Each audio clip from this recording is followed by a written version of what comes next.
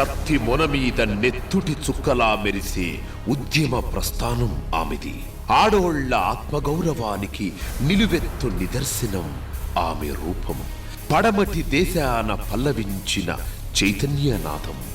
తెలంగాణ మాగాణంలో పడిలేచిన కెరటం ఆమె పోరాటం. ఆంధ్ర అహంకార కోటపై సగర్వంగా ఎగిరిన ఆత్మగౌరవ పతాకం. భావి తరాలకు బాట చూపిన ఢమరుకనాదం ఆమె నినాదం.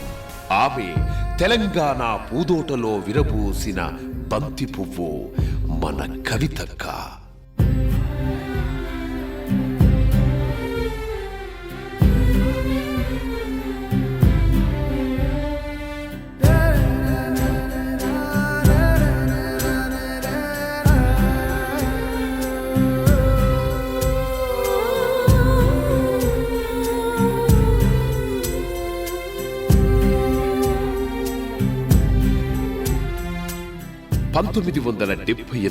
మార్చి 13 కరీంనగర్ జిల్లా చింతమడకలో బతుకమ్మ వికసించింది. కల్వకుంట్ల శోభా చంద్రశేఖరరావులకు 2వ సంతానంగా కవిత జన్మించారు. మహాలక్ష్మి పుట్టిందని అంతా మురిసిపోయారు. తండ్రి పేరున్న రాజకీయ నాయకుడు అయినా ఆ గుర్తింపుకు దూరంగానే పెరిగారు కవిత. సిద్దిపేటలో 1వ తరగతి, అమ్మమ్మ వాళ్ల ఊళ్ళో 2వ తరగతి వరకు చదివారు. 3వ తరగతి నుంచి చదువంతా హైదరాబాద్లోనే సాగింది. స్టాన్లీ గర్ల్స్ హై స్కూల్లో 10వ తరగతి వరకు చదివిన కవిత ప్రతిభ గల విద్యార్థినిగా పేరు తెచ్చుకున్నారు. గౌతమి గర్ల్స్ కాలేజీలో ఎంపీసీ పూర్తి చేసి కాకతీయ అకాడమీలో ఎంసెట్ కోచింగ్ తీసుకున్నారు. మంచి ర్యాంక్ సాధించి హైదరాబాద్ విజ్ఞాన్ జ్యోతి కాలేజీలో ఇంజనీరింగ్ పూర్తి చేశారు. ఆ తరువాత ఉన్నత చదువుల కోసం 2000 సంవత్సరంలో అమెరికా వెళ్లి యూనివర్సిటీ ఆఫ్ సదరన్ మిసిసిపి నుంచి కంప్యూటర్స్లో మాస్టర్స్ చేశారు. కవిత మా పెద్దమ్మ కూతురు. నాకు యాక్చువల్గా సిస్టర్స్ ఎవరు లేరు, నేను అన్నయ్య. బట్ దెన్ సొంత సిస్టర్ కన్నా ఎక్కువే. చిన్నప్పుడు కలిసి చదువుకున్నాం, మళ్ళీ తర్వాత పెద్ద అయినాక కూడా కలిసి చదువుకున్నాము.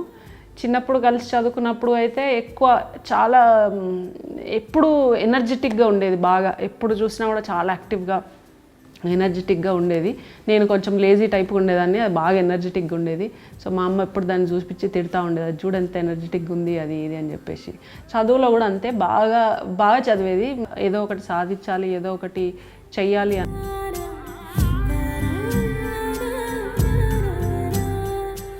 కొత్త శబ్దమే నిశ్శబ్దాన్ని బద్దలు కొడుతుంది. 2001 ఏప్రిల్ 27న అదే జరిగింది. ఆంధ్రప్రదేశ్లో కమ్ముకున్న అప్రజాస్వామిక నిశ్శబ్దాన్ని తెలంగాణ నినాదం బద్దలు కొట్టింది.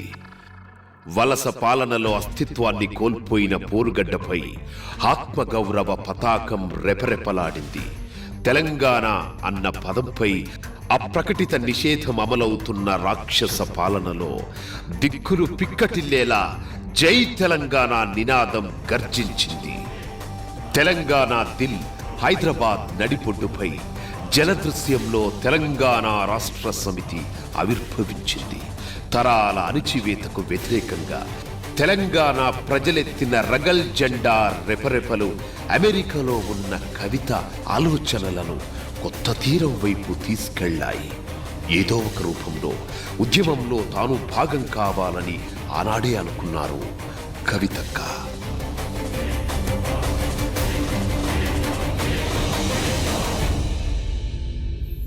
2003లో అమెరికాలో జరిగిన రోడ్డు ప్రమాదంలో కవిత తీవ్రంగా గాయపడ్డారు. చికిత్స తర్వాత ఇండియా వచ్చారు. ఆ సమయంలోనే నిజామాబాద్ జిల్లా పొంతగల్కు చెందిన అనిల్ కుమార్తో కవితకు పెళ్లి చూపులయ్యాయి. ఉన్నతమైన వ్యక్తిత్వంతో పెళ్లి చూపుల్లోనే కవిత మనసు గెలిచారు అనిల్ కుమార్. ఒకరోజు అనుకోకుండా మా ఆడపడుచు వాళ్ళ ఇంటికి వెళ్తే అక్కడ కవిత ఏదో ప్రాజెక్ట్ పని మీద అక్కడికి వచ్చింది.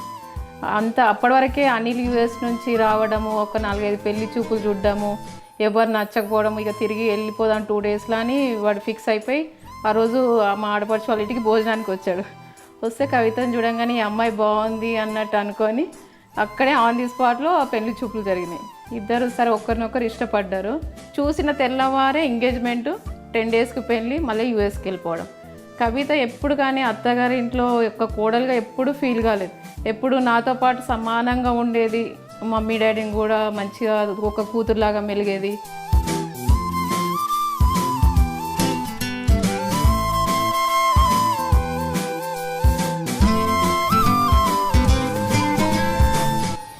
పెద్ద కొడుకు ఆదిత్య పుట్టాక 2004లో భర్తతో కలిసి కవిత ఇండియా వచ్చారు.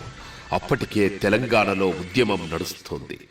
ఆధిపత్యానికి వ్యతిరేకంగా బిగిసుకున్న పిడికిళ్ళు, అహంకారాన్ని ప్రశ్నిస్తున్న గొంతుకలు కవిత ఆలోచనలను ఉక్కిరిబిక్కిరి చేశాయి.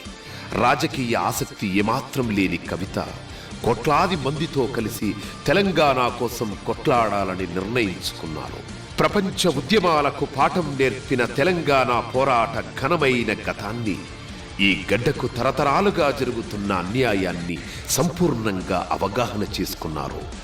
2006 కరీంనగర్ ఉప ఎన్నికతో ప్రత్యక్షంగా ఉద్యమంలోకి వచ్చారు కవితక్క. 2005లో ఆదిత్య పుట్టిన తర్వాత ఒక 6 monthsకు ఇక ఉద్యమం ఎక్కువ ఉంది కదా, వాళ్ళ డాడీకి కొద్దిగా హెల్ప్ చేద్దామని, ఇక్కడ ఏదైనా చూసుకుందామనే ఆలోచనతో 2005లో ఇండియాకి వచ్చేసింది. 2006లో బై ఎలక్షన్స్ ఉండే. ఉద్యమంలోకి పెద్దనాన్న రావటము, అందరూ యూత్ అందరు రావాలని చెప్పడము, అట్లాంటి వాటితో ఇన్స్పైర్ అయ్యి ఇంకా రావాలనే ఇంట్రెస్ట్ అది ఎక్కువగా ఉండింది పార్టీ పెట్టిన తర్వాత. 2006లో అయితే ప్రత్యక్షంగా కరీంనగర్ బై ఎలక్షన్స్లో ప్రచారం చేయడం జరిగింది. 2006 కరీంనగర్ ఉప ఎన్నిక మలిదశ తెలంగాణ ఉద్యమానికి జీవన్మరణ సమస్యలా మారింది. ఆంధ్ర తొత్తులుగా మారిన తెలంగాణ నాయకుల సవాల్ను ఎదుర్కొనేందుకు కరీంనగర్ ఎంపీ స్థానానికి కేసీఆర్ రాజీనామా చేశారు.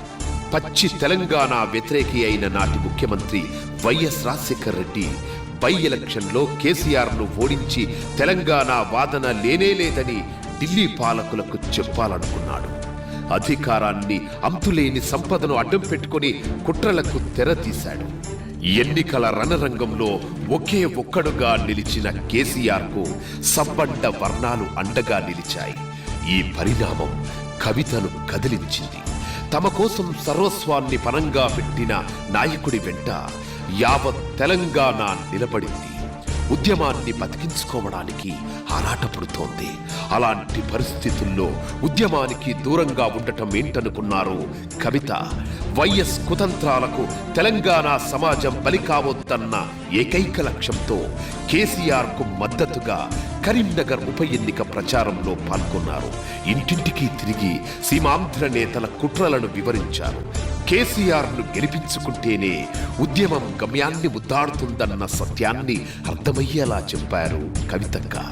కరీంనగర్ ఉప ఎన్నికతో తెలంగాణలోని చిన్న పెద్ద అందరినీ కవిత ఆకర్షించారు. తండ్రి పేరున్న రాజకీయ నాయకుడైన సాధారణ మహిళగా ప్రజల్లో కలిసిపోయిన కవిత వ్యక్తిత్వం ఎంతో మందిని ఆకట్టుకుంది.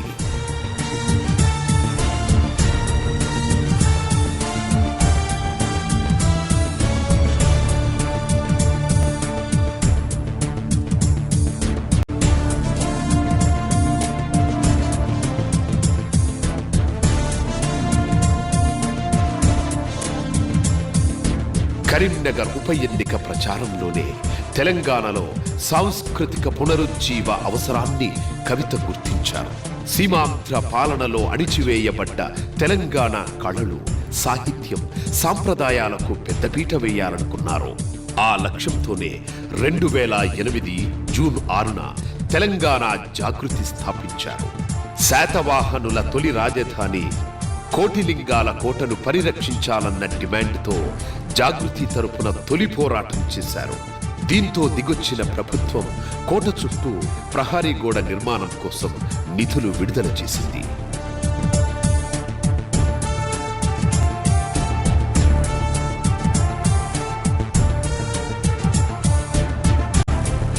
తెలంగాణ జాగృతి 2006లో ప్రారంభించుకోవడం జరిగింది.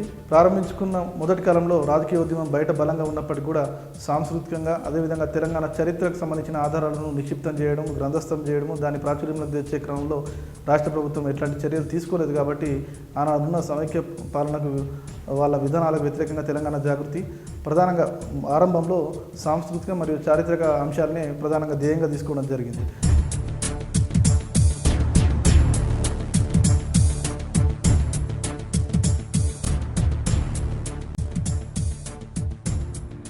స్వాతంత్ర్య సమరంలో ప్రజలందరినీ ఒక్కతాటిపై నిలబెట్టడానికి బాలగంగాధర్ తిలక్ గణేష్ ఉత్సవాలను నిర్వహించినట్టు తెలంగాణ ఉద్యమంలోనూ సబ్బండ వర్ణాలను ఏకం చేసేందుకు ఒక పోరాట రూపం ఉండాలనుకున్నారు కవిత. తెలంగాణకు మాత్రమే సొంతమైన బతుకమ్మ పండుగను ఇందుకోసం ఎంచుకున్నారు. 2008 అక్టోబర్లో తెలంగాణ 10 జిల్లాల్లో తొలిసారిగా బతుకమ్మ ఉత్సవాలను ఘనంగా నిర్వహించారు. ఉద్యమంలో తమ వంతు పాత్ర కోసం ఆతృతంగా ఎదురుచూస్తున్న చాకలి ఐలమ్మ వారసులైన తెలంగాణ ఆడబిడ్డలకు బతుకమ్మనే ఆయుధంగా ఇచ్చారు.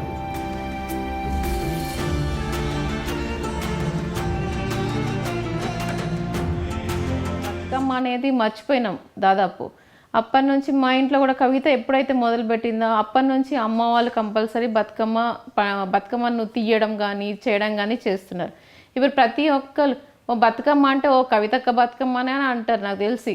ఇప్పుడు అయితే ప్రతి గల్లీకి కాదు కదా, అందరూ రండి మనం బతుకమ్మ ఆడుకుందామని కూడా ఇన్వైట్ చేస్తున్నారు. అసలు కవిత ఇది చేయడము బతుకమ్మని ఇట్లా అందరికీ ఇంట్రడ్యూస్ చేయడం చాలా బాగుందని కూడా అందరు చాలామంది, ఎందుకంటే ఒక కవిత ఆడపడుచుగా నన్నే అంటున్నారు మీ కవిత చాలా మంచి పని చేసిందని కూడా చాలామంది అన్నారు. తెలంగాణ చరిత్ర సంస్కృతిని పరిరక్షించుకుంటూనే దాని గొప్పతనాన్ని భావితరాలకు అందించేందుకు జాగృతి తరపున కవిత కృషి చేశారు. ఈ క్రమంలోనే 2008 నవంబర్లో నల్గొండ జిల్లా చందుపట్లలో బయటపడ్డ రాణి రుద్రమదేవి మరణ శాసనాన్ని పరిరక్షించేందుకు తమ వంతు సహకారం అందించారు. అదేవిధంగా తెలంగాణకు శతాబ్దాల చరిత్ర ఉందన్న సత్యాన్ని ప్రపంచానికి తెలిపిన తెల్లాపూర్ శాసనం మట్టిలో కలవకుండా కాపాడారు కవితక్క.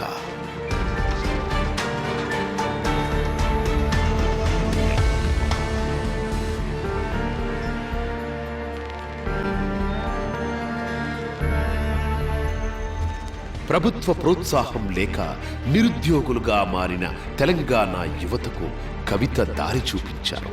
పలు ప్రైవేటు కంపెనీల సహకారంతో మార్కెటింగ్, కంప్యూటర్ కోర్సుల్లో యువతీ యువకులకు జాగృతి తరపున శిక్షణ ఇప్పించి ఉద్యోగాలు కల్పించారు. కానిస్టేబుల్ ఎంట్రన్స్ పరీక్షల కోసం ఉచిత కోచింగ్ సెంటర్లను నిర్వహించారు. ఇక తీవ్ర నీటి ఎద్దడితో తల్లడిల్లే మహబూబ్ నగర్, కరీంనగర్, నల్గొండలోని పలు ప్రాంతాల్లో బోర్లు, మినరల్ వాటర్ ప్లాంట్లను ఏర్పాటు చేయించి ప్రజల దాహార్తిని తీర్చారు. పలు రాష్ట్రాల్లో నిర్బంధ కూలీలుగా దుర్భర జీవితాన్ని గడుపుతున్న పాలమూరు వలస కూలీల విముక్తి కోసం లేబర్ కమిషన్పై ఒత్తిడి తెచ్చి వారి విడుదలకు కృషి చేశారు కవితక్క.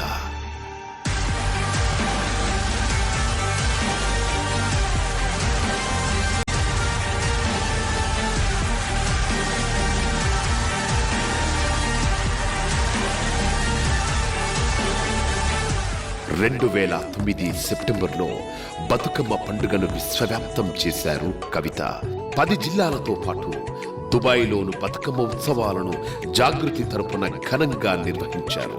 బతుకు తెరువు కోసం పరాయి దేశంలో ఉన్న తెలంగాణ ఆడబిడ్డల దగ్గరకు బతుకమ్మను చేర్చి వారి జీవితాల్లో కొత్త వెలుగులు నింపారు.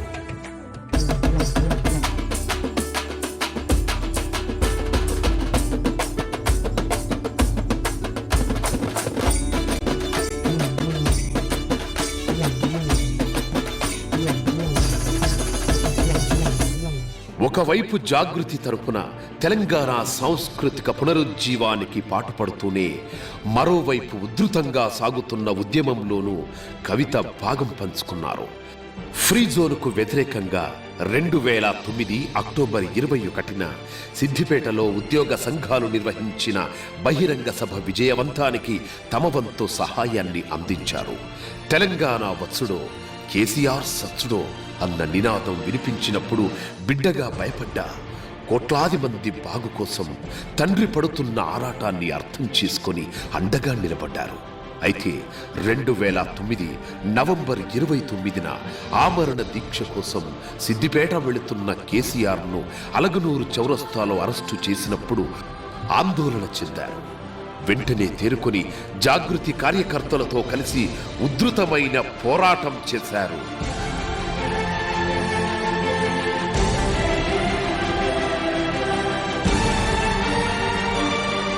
ఆ రోజు ఉదయం నుంచి కూడా అక్కతోనే ఉండడం జరిగింది. ఎప్పుడైతే కేసీఆర్ గారిని అలుగునూరు చౌరస్తాలో పోలీసులు అరెస్ట్ చేయడం జరిగిందో అది టీవీలో రావడం జరిగింది. అది వచ్చి చూసిన తర్వాత అక్క ఒక్కసారిగా ఉద్వేగానికి లోనవ్వడం కూడా జరిగింది. దాని తర్వాత కొంతసేపు ఒక రకమైనటువంటి ఉద్వేగంలో ఉన్నప్పటికీ కూడా తొందరగానే తేరుకొని మళ్ళీ మాకు అందరికి కూడా ఎవరైతే జాగృతి కార్యకర్తలు జిల్లాల్లో ఉన్నటువంటి వాళ్ళందరికీ కూడా దిశానిర్దేశనం చేసి ఇంకా ఉద్యమంకు ఎట్లా చేయాలి అని చెప్పి మా అందరినీ కూడా మాకు సూచనలు ఇవ్వడం జరిగింది.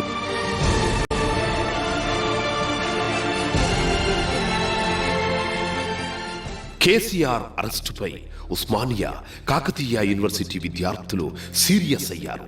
క్యాంపస్లు కథన రంగాలయ్యాయి. మరోవైపు కాకీల నిర్బంధంలోనూ కేసీఆర్ వెనక్కి తగ్గలేదు. జైల్లోనే దీక్ష కొనసాగించారు. దీంతో తెలంగాణ అగ్నిగుండమైంది.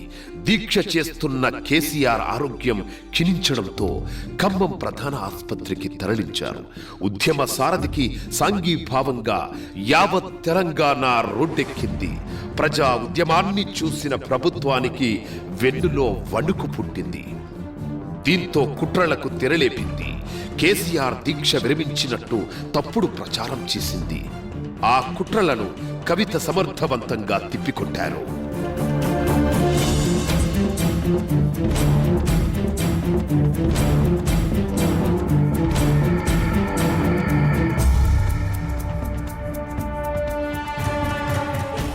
ఖమ్మం ఆసుపత్రిలో కేసీఆర్ కండిషన్ క్రిటికల్ గా మారడంతో నీమ్స్ కు తరలించారు. కేంద్రం తెలంగాణ ప్రకటించేదాకా తగ్గేదే లేదన్న కేసీఆర్ నీమ్స్ లోనూ దీక్ష కొనసాగించారు.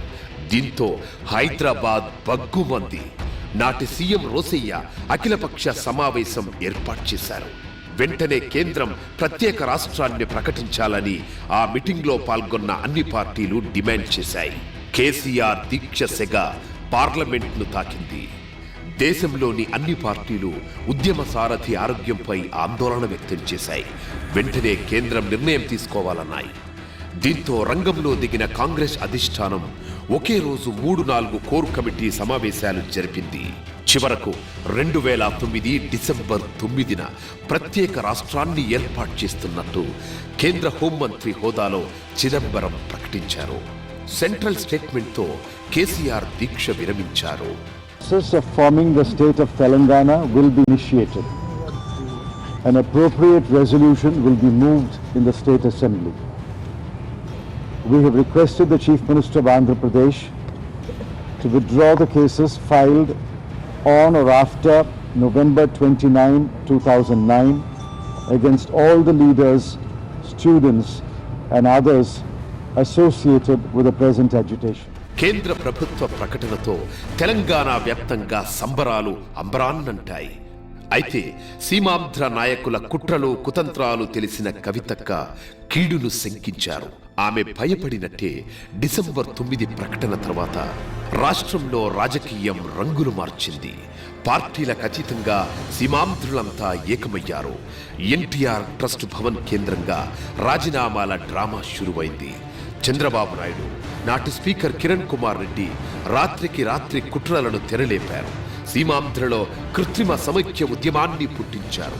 కేంద్ర ప్రభుత్వ ఆస్తుల్ని టార్గెట్ చేసి విధ్వంసం సృష్టించారు. రోసయ్య ప్రభుత్వం కూడా సహకరించడంతో ఆందోళనలు తీవ్రమయ్యాయి.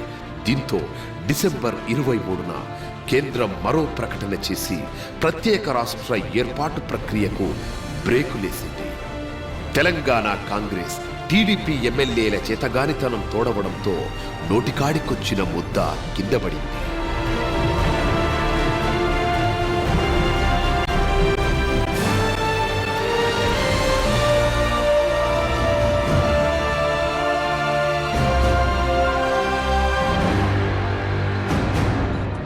జెండాలను పక్కన పెట్టి సీమాంధ్రులంతా ఒకటి కావడంతో తెలంగాణ తల్లడిల్లింది.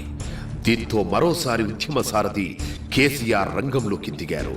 శరీరం సహకరించకున్న తెలంగాణ తల్లి కోసం తుడుందెబ్బ మోగించారు.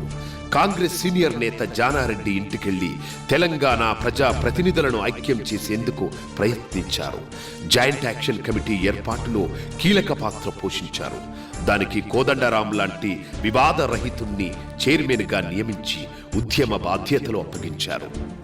అయితే తెలంగాణ కాంగ్రెస్ టీడీపీ ఎమ్మెల్యేలు ఉద్యమానికి ముందుకు రాకపోవడంతో టీఆర్ఎస్ ఒక్కటే మళ్లీ ఆత్మగౌరవ పోరాటాన్ని మొదలుపెట్టింది. టీఆర్ఎస్కు తెలంగాణ జాగృతి అండగా నిలబడింది. జేఏసీ పిలుపునిచ్చిన ప్రతిసారి కవిత మార్గ నిర్దేశకత్వంలో జాగృతి కార్యకర్తలు ఉద్యమ జ్వాల రగిలించారు. బంధులు, వంట వార్పు, రైల్ రోకో, రహదారుల దిగ్బంధంతో ప్రభుత్వానికి చుక్కలు చూపించారు.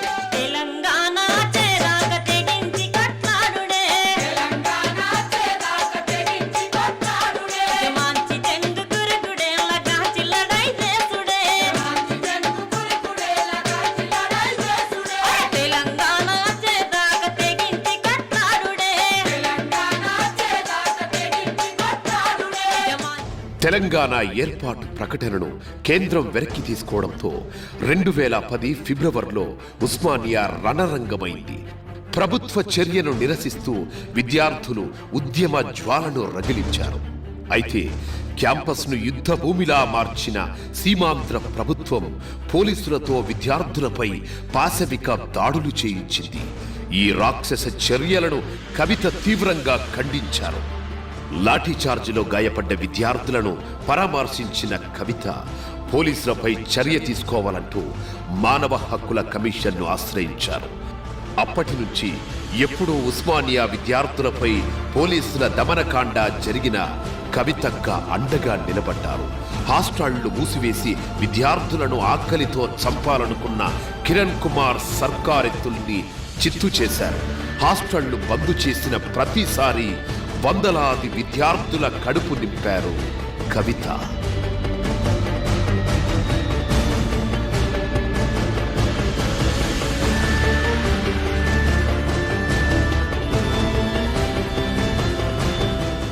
తెలంగాణ ఉద్యమంలోని ఎన్నో వినూత్న పోరాట రూపాలకు కవిత అండగా నిలిచారు. కేంద్రం వెంటనే తెలంగాణ రాష్ట్రాన్ని ఏర్పాటు చేయాలంటూ 2010 ఫిబ్రవరి 7న ఆదిలాబాద్ టు ఆలంపూర్ వరకు లక్షలాది ప్రజలతో తెలంగాణ జేఏసీ ఏర్పాటు చేసిన మానవ హారాన్ని విజయవంతం చేయడంలో కవిత కీలకంగా పనిచేశారు. తెలంగాణ కోసం 10 జిల్లాల్లో వెలిసిన దీక్షా శిబిరాలన్నింటినీ సందర్శించిన కవితక్క ఉద్యమకారుల్లో స్ఫూర్తిని నింపారు. తెలంగాణ ఏర్పాటుపై కేంద్ర ప్రభుత్వంపై నియమించిన శ్రీకృష్ణ కమిషన్కు 2010 ఏప్రిల్లో జాగృతి తరపున కవితక్క సమగ్ర నివేదికను ఇచ్చారు.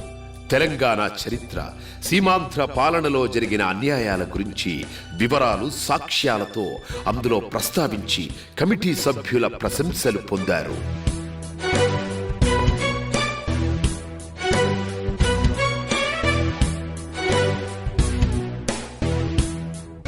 తెలంగాణ సంస్కృతి సంప్రదాయాలతో పాటు అస్తిత్వాన్ని కాపాడుకునేందుకు ప్రతిక్షణం పాటుపడ్డారు కవిత.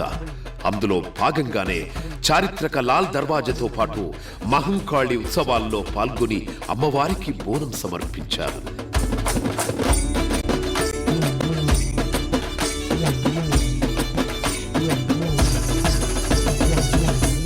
ఇంతేకాదు, సీమాంధ్ర భూస్వాముల ప్రయోజనం కోసం మాత్రమే కడుతున్న పోలవరం ప్రాజెక్టుతో ఖమ్మం జిల్లాలోని వేలాది మంది గిరిజనుల అస్తిత్వం ప్రమాదంలో పడుతుందని ఆందోళన చెందారు. ఒకవైపు ప్రత్యక్ష పోరాటాలు చేస్తూనే మరోవైపు రాజకీయంగానూ పోరాడారు. గవర్నర్ నరసింహన్తో పాటు కేంద్ర మంత్రులు జైరాం రమేష్, కిషోర్ చంద్రదేవులను కలిసి వినతి పత్రాలు ఇచ్చారు. పోలవరం విషయంలో జాతీయ మీడియా దృష్టి సారించడానికి కవితక్క చేసిన పోరాటాలే కారణం.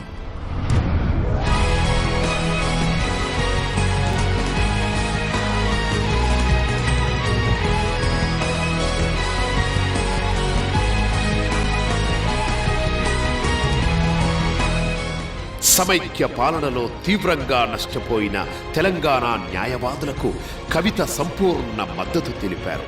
న్యాయ వ్యవస్థ నియామకాల్లో తెలంగాణ వారికి 42% రిజర్వేషన్ అమలు చేయాలని డిమాండ్ చేస్తూ 2010 సెప్టెంబర్లో న్యాయవాదులు చేసిన ఉద్యమంలో ప్రత్యక్షంగా పాల్గొన్నారు. హైకోర్టు ముట్టడితో పాటు పోలీసు దాడులకు వ్యతిరేకంగా ధర్నా చేశారు.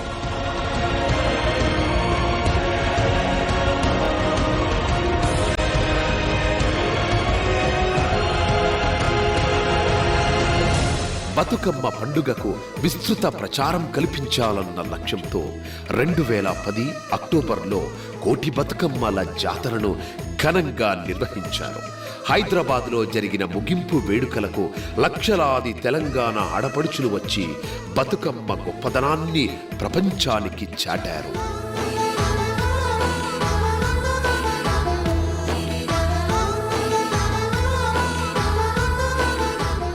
తెలంగాణ జేఏసీ పిలుపు మేరకు 2011 మార్చిలో జరిగిన రైల్ రోకోలో కవిత పాల్గొన్నారు. నల్గొండ జిల్లా బీబీనగర్లో వందలాది మంది ఉద్యమకారులతో కలిసి రైలు పట్టాలపై బైఠాయించారు. తెలంగాణ ఉద్యమ చరిత్రలో మైలురాయిలా నిలిచిన మిలియన్ మార్చ్ వెనుక కవిత అలుపెరగని పోరాటం ఉంది. సీమాంధ్ర సర్కార్ అణిచివేతకు వ్యతిరేకంగా సాగిన ఆ మార్చిలో భారీ సంఖ్యలో పాల్గొనేలా జాగృతి తరపున ప్రజలను కదిలించారు. ఢిల్లీ పీఠాన్ని కదిలించడమే లక్ష్యంగా సాగిన మిలియన్ మార్చితో నాటి ప్రభుత్వానికి చెమటలు పట్టాయి. తీవ్ర నిర్బంధం, పోలీస్ దమనకాండతో మిలియన్ మార్చ్ను అడ్డుకోవాలని కుట్రలు చేసింది.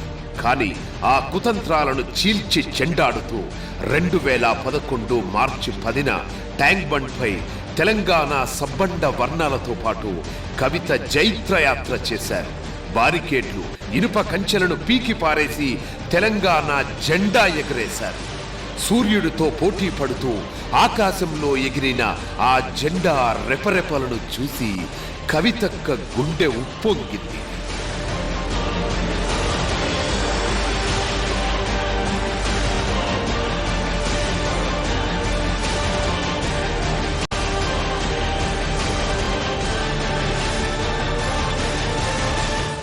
తెలంగాణ జేఏసీ పిలుపునిచ్చిన ప్రతి కార్యాన్ని విజయవంతం చేసేందుకు కవిత అలుపెరగని కృషి చేశారు.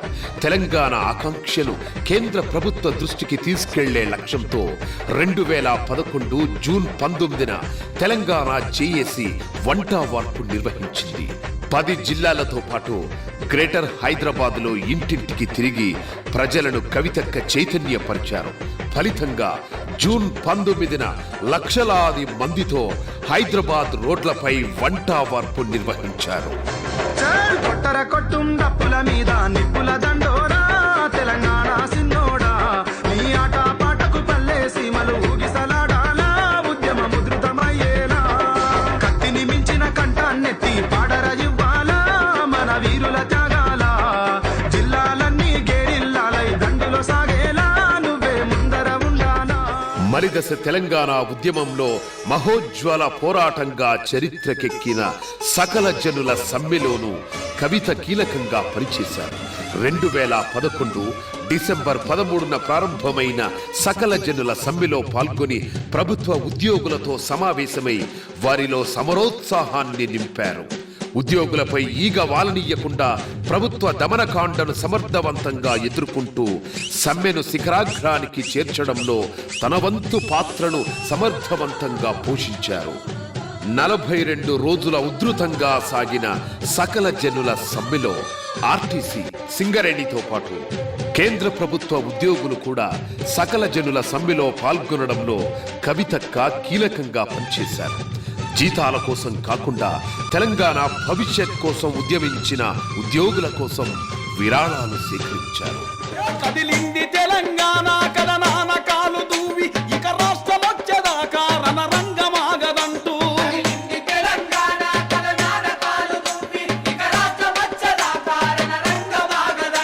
ప్రత్యేక రాష్ట్ర పోరులో నా తల్లి తెలంగాణ ప్రాణాలు ఇస్తామమ్మా మా పల్లె తెలంగాణ.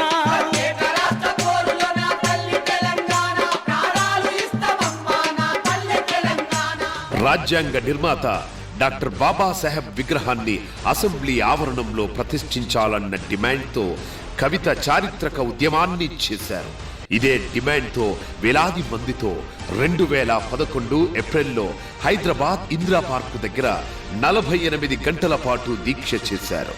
కవిత పోరాటానికి పార్టీలకు అతీతంగా నాయకులు, ఉద్యోగ సంఘాల నేతలు మద్దతు తెలిపారు. దీంతో దిగొచ్చిన నాటి ప్రభుత్వం బాబాసాహెబ్ విగ్రహం ఏర్పాటుకు ఒప్పుకుంది. 2014 జనవరి 21న గవర్నర్ నరసింహన్ చేతుల మీదుగా అసెంబ్లీలో అంబేద్కర్ విగ్రహావిష్కరణ ఘనంగా జరిగింది.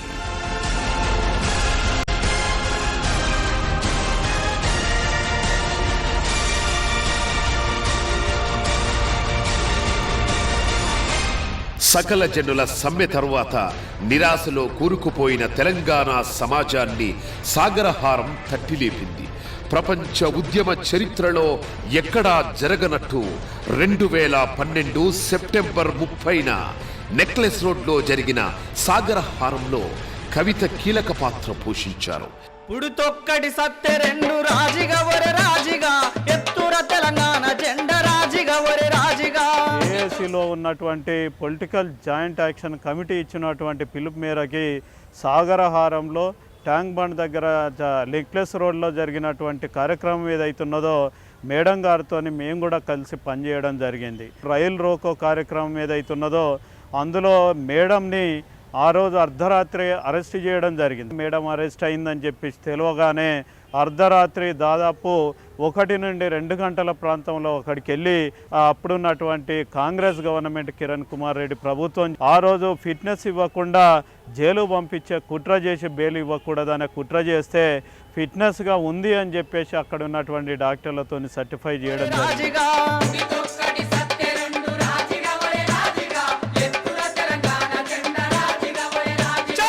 ఇక నల్లమల్ల చించుల అస్తిత్వాన్ని దెబ్బతీసేందుకు జరిగిన ప్రయత్నాలను కవిత సమర్థవంతంగా అడ్డుకున్నారు. వజ్రాల సాకుతో నల్లమల్లను చెరపట్టాలనుకున్న అంతర్జాతీయ డైమండ్ కంపెనీ డీబీర్స్కు వ్యతిరేకంగా కవితక్క పోరాటం చేశారు.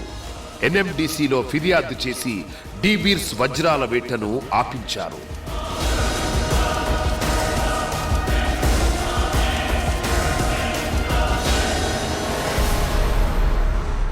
విద్యార్థుల పోరాటం, అమరుల బలిదానం, కేసీఆర్ వ్యూహాలతో కాంగ్రెస్ కార్నర్ అయింది. తెలంగాణ తప్పకయ్యాల్సిన పరిస్థితి వచ్చింది. 2013 జూలై 30న ప్రత్యేక తెలంగాణ ఏర్పాటుకు కాంగ్రెస్ వర్కింగ్ కమిటీ తీర్మానం చేసింది. అక్టోబర్ 3న ప్రత్యేక తెలంగాణ రాష్ట్ర ఏర్పాటును కేంద్ర మంత్రి మండలి ఆమోదించింది. అయితే సీమాంధ్రులు మాత్రం ఎప్పటిలాగే తెలంగాణ ఏర్పాటును అడ్డుకోవాలని చూశారు. రాయల తెలంగాణ అంటూ కేంద్రాన్ని గందరగోళపరిచే ప్రయత్నాలు చేశారు. ఈ కుట్రలను ఎదుర్కోవడానికి జేఏసీ, టీఆర్ఎస్తో పాటు ఢిల్లీకెళ్లిన కవితక్క తనకున్న పరిచయాలతో కాంగ్రెస్ అగ్రనేతలను కలిసి 10 జిల్లాల తెలంగాణే కావాలని గట్టిగా వాదించారు. రాయల తెలంగాణ వాదనను పూర్తిగా తిప్పికొట్టారు. తెలంగాణ వాదుల కోరిక ఫలించి 10 జిల్లాల తెలంగాణ ఏర్పాటే లక్ష్యంగా ఆంధ్రప్రదేశ్ రాష్ట్ర పునర్వ్యవస్థీకరణ బిల్లుకు 2014 జనవరి 7న కేంద్ర మంత్రి మండలి ఆమోదం తెలిపింది. ఫిబ్రవరి 18న లోక్సభలో, ఫిబ్రవరి 20న రాజ్యసభలో తెలంగాణ బిల్లు పాస్ అయింది. 10 జిల్లాల్లో సంబరాలు అంబరాన్నంటాయి. No seconds, please say no. I think the ayes have it, the ayes have it, the ayes have it. The bill is passed. వచ్చిందే స్వాతంత్ర్యం, వీడిందే వనవాసం, వనవాసం, వనవాసం. తెచ్చిందే కొండంత పండగనే మన కోసం, మన కోసం, మన కోసం. కదిలొచ్చే కాలంతో వెల్లువల సంతోషం, మొలిచిందే పెదవులపై పైరల్లే తరహాసం. ఎన్నాళ్లకు వినిపించేనా స్వేచ్ఛ కోయిల కూసే, ఎన్నెన్నో గుండెల త్యాగం జెండాగా విరబూసే. ఎన్నేండ్లకు వీరులు నడిచిన దారిలో వెన్నెల కాసే, ఎనలేని ఏడుపు కంఠం ఆనందంతో కోసే. దండో రాకుడదాం రాను యాద్గిరి నరుసన్న, ధరణికి సంఖ్యలే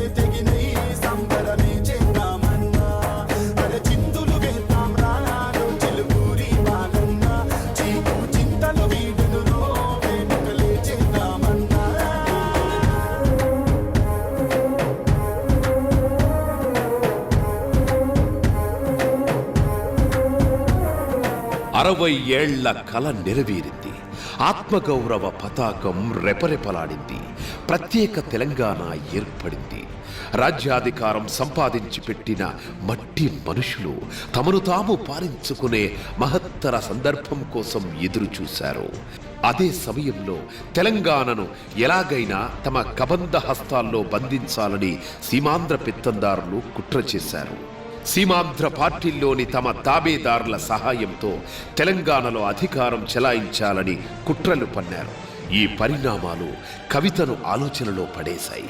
వచ్చిన తెలంగాణను ఆగం చెయ్యాలనుకుంటున్న సీమాంధ్ర తాబేదారులకు బుద్ధి చెప్పాలని కవితక్క సంకల్పించుకున్నారు. అదే సమయంలో ఉద్యమ సారథి కేసీఆర్ నుంచి కవితక్కకు పిలుపొచ్చింది. జాగృతితో తెలంగాణ సాంస్కృతిక పునరుజ్జీవానికి ఆమె చేసిన వెలకట్టలేని సేవను గుర్తించిన కేసీఆర్ తెలంగాణ పునర్నిర్మాణంలో భాగం పంచుకోవాలని ఆహ్వానించారు. ప్రజాప్రతినిధిగా బడుగు బలహీన వర్గాలతో పాటు అగ్రవర్ణాల్లోని పేదలకు కూడా సేవ చేయాలన్నారు. తెలంగాణ జాగృతిని ప్రారంభించుకున్నప్పటి నుంచి ఇప్పటి వరకు కూడా అక్కను మేము చూస్తూ ఉన్నాము. సమస్యను ఏదైనా సమస్య ముందుకు వచ్చినప్పుడు దాన్ని అర్థం చేసుకుని